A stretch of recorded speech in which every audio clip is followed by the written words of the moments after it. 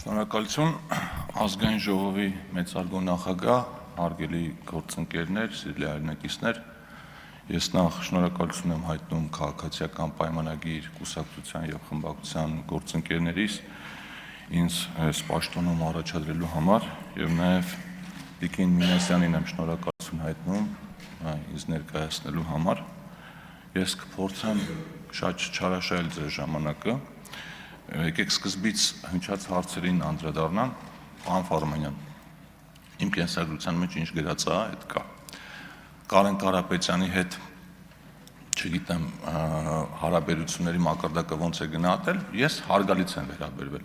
Ընդհանրապես բոլոր պետական պաշտոնյաներին, ում հետ աշխատել եմ, հարգալից եմ վերաբերվել ու նախկին պաշտոնյաներից շատերի հետ էլ մինչև հիմա լավ հարաբերություններ ունեմ։ Օրինակ Վաչե Գաբրելյանի հետ կարող է հանդիպենք, սուրճ խմենք, բաներ քննարկենք։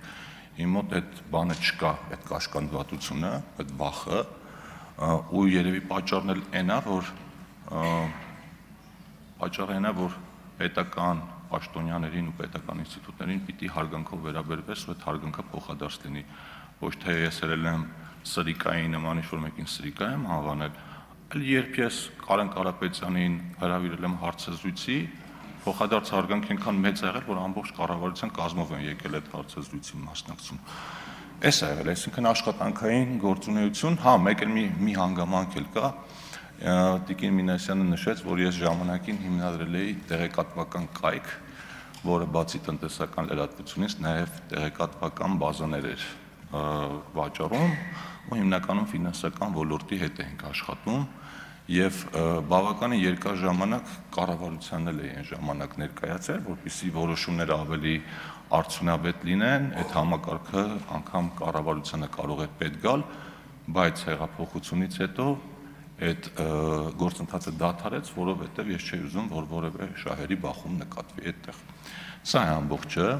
Ինչ վերաբերում է պարոն Մանուկյանի հարցին, պարոն Մանուկյան, իրոք լավ հարց է, թե ինչու է տեղափոխվել, բայց այդ հարցը մենք քննարկել ենք հանձնաժողովների ստեղծման ժամանակ, բայց ձեր հարցի ձևակերպումը, որ ասում եք, եթե պարոն Թունյանը արդյունավետ աշխատող հանձնաժողովի նախագահներից մեկն էր, ինչու է տեղափոխվել այդ ոլորտները այլ հանձնաժողով, դա նախագահի անձի աշխատավոճի ու մնացած բաների հետ կապ չունի, բայց ես էլ եմ կարծում, որ կան ոլորտներ, էներգետիկան, հարկերը եւ այլն, որոնք պետք է նաև տնտեսական հանձնաժողովի ուշադրության կենտրոնում լինեն։ Այդպիսի շատ ոլորտներ կան, որտեղ որ տիրույթները խաչվում են։ Այսինքն, օրինակ, առողջության ապահովագրությունը, ինչքան առողջապահությանն է վերաբերվում, այնքան էլ վերաբերվում է օրինակ ֆինանսական ոլորտին։ Ու սենց մենք այդ դեպքերում կանոնակարգով հնարավորություն ունենք ստեղծել կոնկրետ նախագծերի համար ժամանակավոր հանձնաժողովներ, ու եթե տենց կարիք կլինի, դրանով կզբաղվենք։ Հիմա բուն ասելիքիս անցնեմ, տնտեսական վիճակի, իմ տեսլականների, ասելիք, չգիտեմ, հեռանկարների վերաբերել չեմ կենտրոնանա, որովհետև մենք նախընտրական շրջանում բավականին մանրամասն մեր նախորդ տարիների արդյունքներին անդրադարձել ենք եւ բացի դրանից էլ ընդամենը 10 օրից այս դահլիճում քննարկվելու է կառավարության ծրագիրը, որտեղ հնարավորություն կլինի այդ բոլոր հարցերին անդրադառնալ։ Սա մի պատճառ, երկրորդ պատճառը ես հանձնաժողովի նախագահի դերին կամ պաշտոնին վերաբերում եմ որպես կազմակերպչական աշխատանք։ Այսինքն հանձնաժողովի նախագահը 105 պատգամավորներից մեկն է, որից ընդամենը մի բան է պահանջվում արդյունավետ կազմակերպել հանձնաժողովի աշխատանքները։ Տնտեսական իրավիճակի մասին զուտ կասեմ, որ մենք այժմ ունենք այլ իրավիճակ եւ մենք օգոստոսի 8-ից հետո լրիվ նոր իրականության մեջ ենք ապրում եւ այդ իրավիճակը, այդ նոր պայմանները մեր առջեւ նոր հնարավորություններ են բացում։ Եվ մեր խնդիրն է մաքսիմալ արդյունավետ օգտվել այդ հնարավորություններից։ Ու այս հարցում տնտեսական հարցերի մշտական հանձնաժողովը, ինչպես նաև մյուս հանձնաժողովները պիտի կարողանան իրենց մասնակցությունը ունենալ այդ process-ի մեջ։ Մեր հանձնաժողովը, ինչպես Տիկին Մինասյանը նշեց, եղել է ամենածանրաբեռնված հանձնաժողովներից մեկը ավանդաբար։ Օրինակ 8-րդ գումարման ազգային ժողովի ընթացքում, ազգային ժողովը մոտ 2300 նախագիծ է ընդունել, որից 563-ը բաժին է ընկել տնտեսական հարցերի մշտական հանձնաժողովին։ Առաջին տեղում եղել է պետաիրավական հարցերի մշտական հանձնաժողովը ավելի քան 800 նախագծերով։ Նաև բացի դրանից մենք ունեցել ենք, ոչ թե բացի դրանից, այլ դրան զուգահեռ 130 հանձնաժողովի նիստ ենք անցկացրել, հերթական եւ արտահերթ, ունեցել ենք 254 աշխատանքային քննարկում, բաց եւ փակ, առանձին հանդիպումներ ենք ունեցել բազմաթիվ տնտեսվարողների, փորձագիտական շրջանակների հետ, լսումներ ենք կազմակերպել, ճեպազրույցների, ասուլիսների միջոցով փորձել ենք հանրությանը տեղեկացնել այն փոփոխությունների մասին, որոնք կատարվում են, այսինքն ինտենսիվ աշխատել ենք։ Իհարկե այդ աշխատանքներին ցավոք սրտի մեր ընդդիմությունը լիարժեք չի մասնակցել, անգամ ունեցել ենք պատգամավորներ, որոնք ընդհանրապես տարիների ընթացքում ոչ մի անգամ չեն մասնակցել տնտեսական հարցերի մշտական հանձնաժողովի նիստերին, հույս ունեմ, որ հիմա մենք այդ սխալը կուղենք։ Ինչպես նշեցի, փաստացի արդեն 8-րդ տարին է, որ ես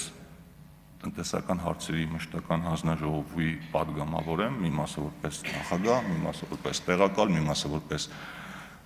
նախագահի պաշտոնակատար եւ կարծում եմ, որ հաջողվել է ինձ եւ իմ գործընկերներին մեր հանձնաժողովում ապահովել մաքսիմալ ներառական, մասնակցային եւ արդյունավետ գործընթաց։ Ու կարծում եմ, որ մեզ այս անգամ էլ դա կհաջողվի ու ես կփորձեմ, եթե ընտրվեմ որպես հանձնաժողովի նախագահ, ավելի ակտիվացնել այդ գործընթացները, որտեղ ֆորմալ առումով, քանի որ ես հանձնաժողովի նախագահ չէի, դա որոշակի կաշկանդվածություններ հաղորդում իմ գործողություններին։ Ապագա անելիքները շատ են, դրանց վրա շատ չեմ կենտրոնանամ, մենակ մի քանի ուղղություն նշեմ, որոնք ինձ անձամբ շատ են հետաքրքրում եւ ինձ համար կարեւոր են։ Առաջինը ընդհանուր ազգային ժողովի վերլուծական կարողություններին է վերաբերում, որը հաստատ հարստացնելու կարիք կա։ Ես ուզում եմ առիթից օգտվելով շնորհակալություն հայտնել ազգային ժողովի աշխատակազմի փորձագիտական վարչությանը, հատկապես իրավական փորձաքննությանը, որտեղ իրենք այս տարիների ընթացքում շատ մեծ օգուտ են մեզ տվել, բայց ամեն դեպքում ես կարծում եմ, որ խորհրդարանական երկրում խորհրդարանը պիտի շատ ավելի մեծ ռեսուրսներ ունենա եւ մի տարբերակ քննարկվել է նախնական ձևով, ասենք օրինակ ազգային ժողովը իր ամեն տարի հաստատած բյուջեից բացի ունենա որոշակի ֆոնդ, որը կարող է outsource-ով ուղղվել տնտեսական բնույթի հետազոտությունների անցկացմանը։ Այս գաղափարը շուտ բանից կա եւ եթե